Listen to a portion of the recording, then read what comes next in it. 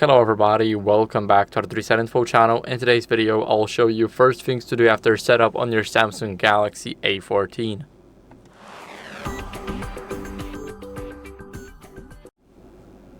So first, what we're going to do is we're going to go over to the settings, and in those settings, go to connections and then click Wi-Fi.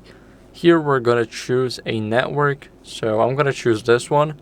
Now all you guys need to do is enter the password, so I'll see you guys once I enter mine. Now just click connect and make sure that auto reconnect is enabled. It should be enabled by default, and now we are connected to the network.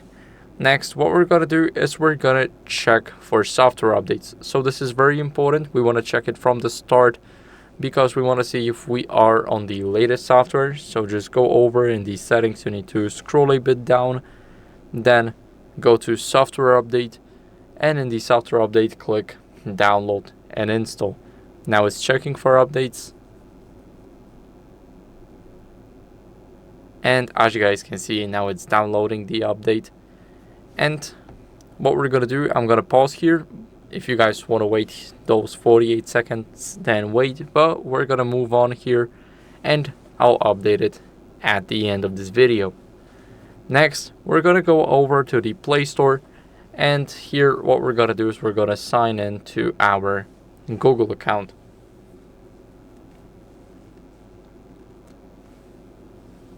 So now it's checking the info, and soon we should see the option to use our email. Here we're gonna put the email,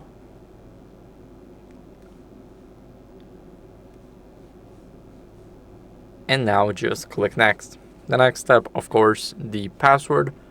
So I'll see you guys once I enter my password. Here, what we're going to do is we're going to select who will be using this device exactly. So you can choose your child or you. It's up to you whether you set it up for your child or for yourself. Now click next, and here agree to the terms of service.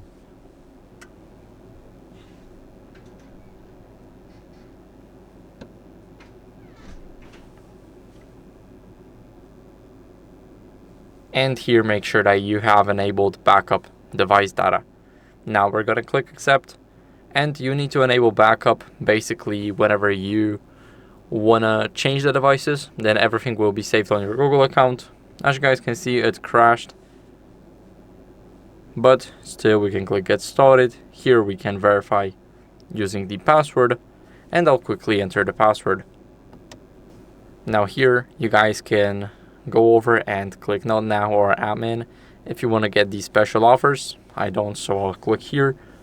Now we're going to click on our avatar, and the next step is to go to my apps in the games and see if everything is updated. So there are 18 updates available. Let's click update all, and as you guys can see, now it's updating. So we can do something else now. We're gonna wait for them to download.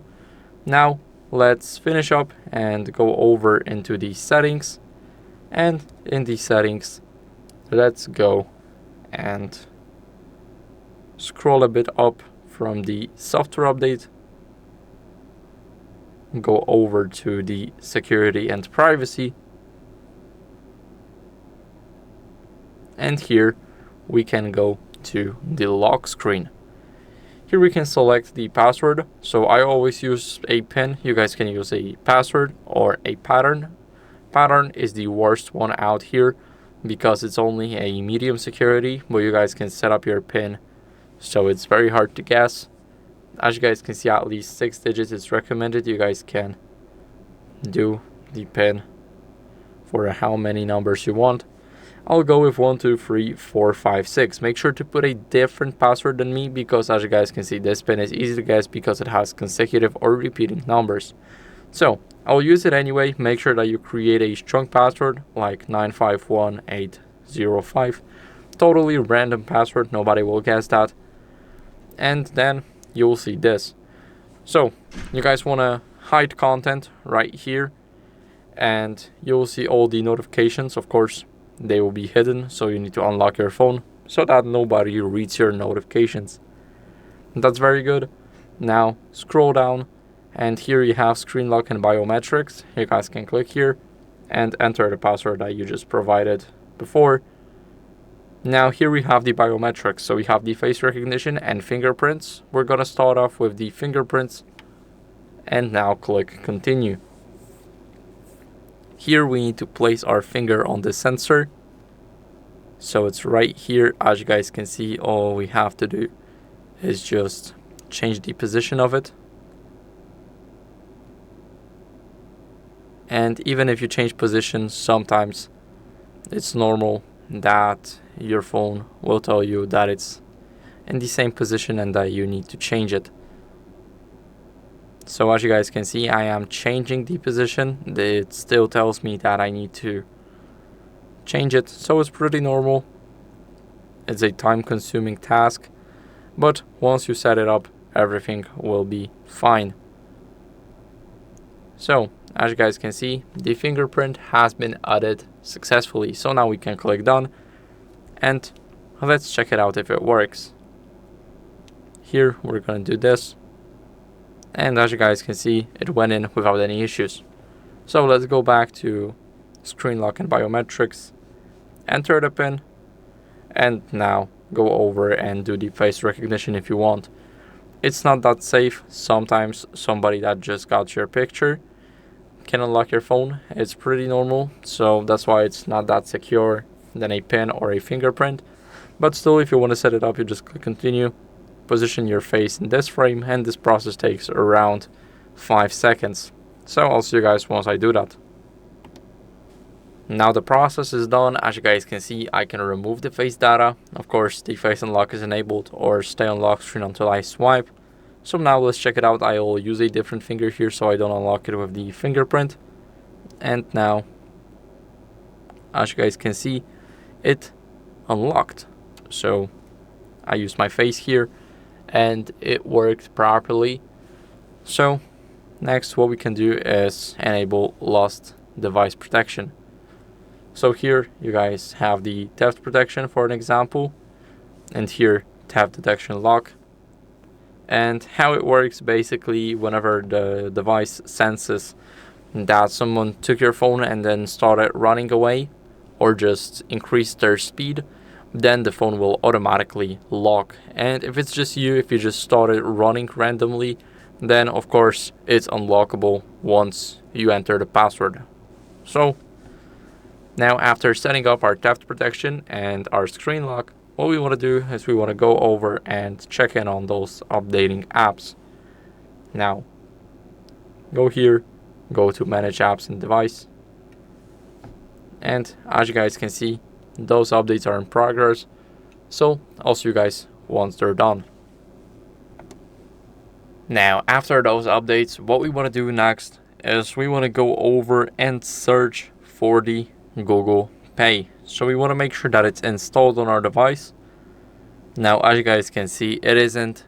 So we're going to click install and wait for it to download.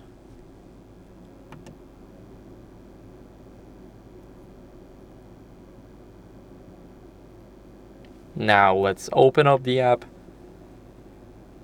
And after opening it, it will automatically choose an account to use with the app itself. So as you guys can see, automatically chooses an account that we logged onto. Now let's allow Google Wallet to send us notifications, and of course we're going to add a shortcut right here. Now what we're going to do is we have a lot of loyalty programs, we have cashbacks, we have clubs, we have everything right here. We can add every single card that we can find. Of course, what we can do is go over and click the plus icon. Here we can add the payment card, transit pass, loyalty card, the gift card, or scan a barcode or QR code from a photo. So here you guys can add anything, but we are focused on paying. So we're going to click payment card. Here, make sure that you guys have the card with you, because even if you have a card that you saved in the Google account, after you click it, then basically nothing will happen, because you will still need to enter those 16 digits, the security code, and the expiring date. So make sure that you have the card physically with you. If you don't, then you won't be able to add it unless you remember everything right here. So, for example, let's add this card right here. Even though the number is invalid, this is just how to do that. Now the month and the year of expiring, and the security code, which is 3 numbers. Now you just guys click save and continue, and then you will see your card right up top here. You will see the transactions that you made, and that will be your wallet. Now, if you guys want to add it into the shortcuts right here, then I'll show you how to do that. So let's go over and hold our finger here. Make sure that the phone is locked. Now we're gonna hold our finger, and now you will see an option to unlock your phone to edit the lock screen. Here we're gonna choose this and scroll down until we see the wallet, and now click done. As you guys can see, this is how it looks like now. So we can pretty much easily go here. Now let's quickly enter the PIN, and we are in the wallet. Now what you guys want to do is go over into the settings, and in those settings you need to go to the battery. Now in the battery settings, here we want to make sure that we set it up properly, so we save battery and not drain it. As you guys can see here, we have power saving. Now it's very important that you enable everything right here. So if you guys cannot change it, then make sure to enable it. And if something was disabled, just enable it. Now, this will basically limit our CPU speed, so our phone will be a bit slower. It will decrease the brightness, of course, turn on the dark mode, and set the screen timeout to 30 seconds. So, of course, if you guys want the screen timeout to be longer, you just turn it off. If you want your brightness to be normal, you just turn it off, and turn this off too if you want the bright display. You can only limit the CPU here, it's totally up to you, but I prefer using all three. Next, what you guys want to do is go over to battery protection. Make sure that you use the basic one, and you guys can of course enable the adaptive protection right here, but you need a Samsung account for it, so this is worth remembering. Now basically when your battery drops down to 95%, it will start charging again to 100. Now maximum, this is where your battery will stop charging when it reaches, let's say, 80%, but 90 right here is a sweet spot. Of course you can use 80, but basic is the best option out here. Now charging settings, make sure that you enable fast charging, or if you prefer slower charging but more battery lifespan, then disable it right here in those settings. Here make sure that you enable auto dim screen, and here in the battery information, as you guys can see, you guys have the battery level, battery capacity, and battery status. So these are the settings. Now of course you guys have the background usage limits.